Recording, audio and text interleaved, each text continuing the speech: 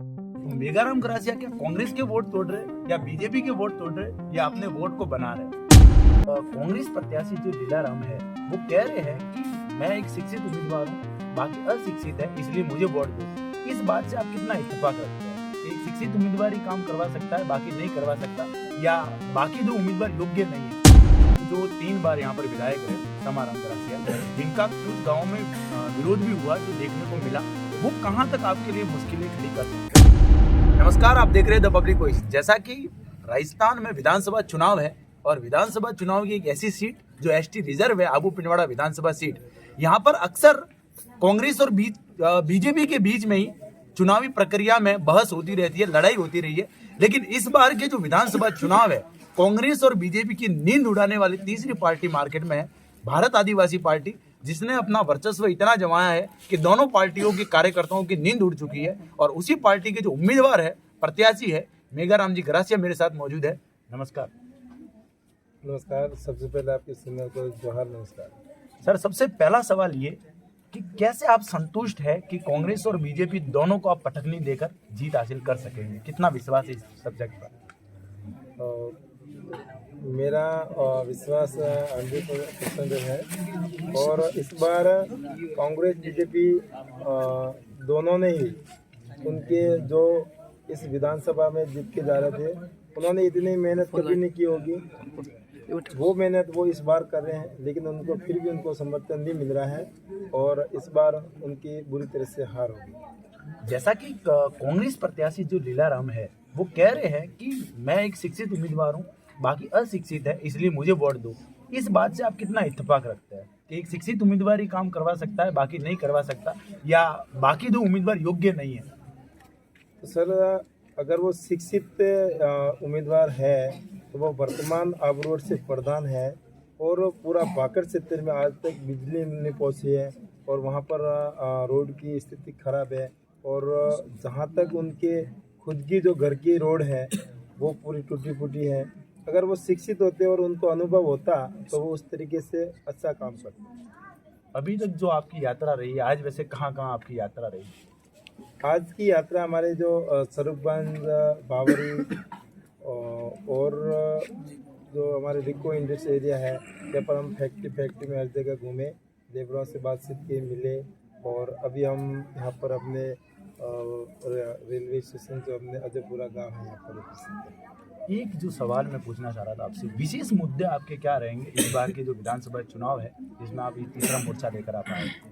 Sir, विशेष मुद्दा जो हमारी जो इस पिंडवाड़ा आबू की जो क्षेत्र है, विधानसभा क्षेत्र जो क्षेत्र है, इसमें हमारा जो पूर्व में जो आबू रोड जो ब्लॉक था, आबू रोड जो तहसील थी वो संपूर्ण टीएसपी थे। और हमारे जो अभी वर्तमान में 2016 में जो टीएसपी हुआ था पिंडवाड़ा, उसमें हमारे कुछ गाँव वंचित रह गए हैं। तो यहाँ की जो इस बार जनता की मांग है कि ये संपूर्ण टीएसपी हो, तो सबसे पहला मुद्दा हमारा टीएसपी का है, तो पूरे संपूर्ण पिंडवाड़ा को टीएसपी में कराने के लिए। और हमारे पिंडवाड़ा बस स्टैंड है और सरगुन बस स्टैंड है और माउंट आबू में जो हमारे बिल्डिंग बायोलॉजी का काम है। और यहाँ पर हमारे जो महाविद्यालय है जो पिंडवाड़ा में 2018 में सैंक्शन हुआ, तो वो आज तक भी बिल्डिंग उसका भी बना है, तो हम उस मुद्दे पे भी काम करेंगे।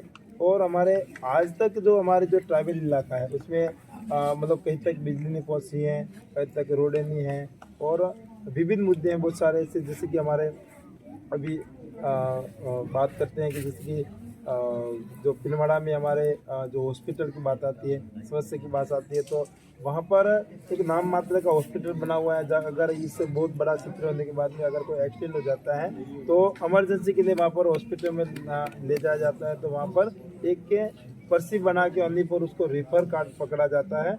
और उस रेफर कार्ड में अगर सिरोई भेजा जाता है, तो सिरोई की करीबन 25-26 किलोमीटर की दूरी होने के बाद अगर उस पेशेंट का अगर उतना समय नहीं मिलने के कारण कई ऐसे पेशेंट होते हैं उनको मौत का सामना करना पड़ता है। और दूसरी बात, हमारे जो ट्राइबल इलाके में है और हो सकता है अपने इस शहरी इलाके में भी हो, तो जितने भी जो गवर्नमेंट महाविद्यालय हैं, जो गवर्नमेंट विद्यालय में आज तक के जो सरकारें बड़ी बड़ी दावा करती है कि हमने 10वीं से 12वीं की और 8वीं से 10वीं की, लेकिन वो एक नाम मात्र उन्होंने प्रमोशन दिया है।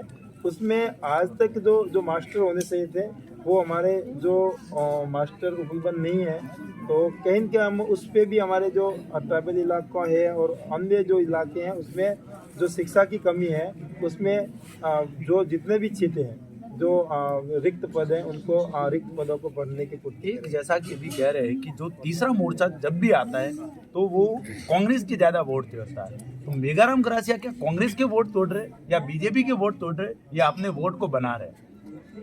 देखिए, वो एक कहावत है जो बीजेपी वाले कह रहे हैं कि वो कांग्रेस के वोट तोड़ रहे, कांग्रेस वाले कह रहे हैं बीजेपी के वोट तोड़ रहे हैं, लेकिन इस बार उन दोनों पार्टियों को समर्थन नहीं मिलने के कारण वो आनाकानी कर रहे हैं।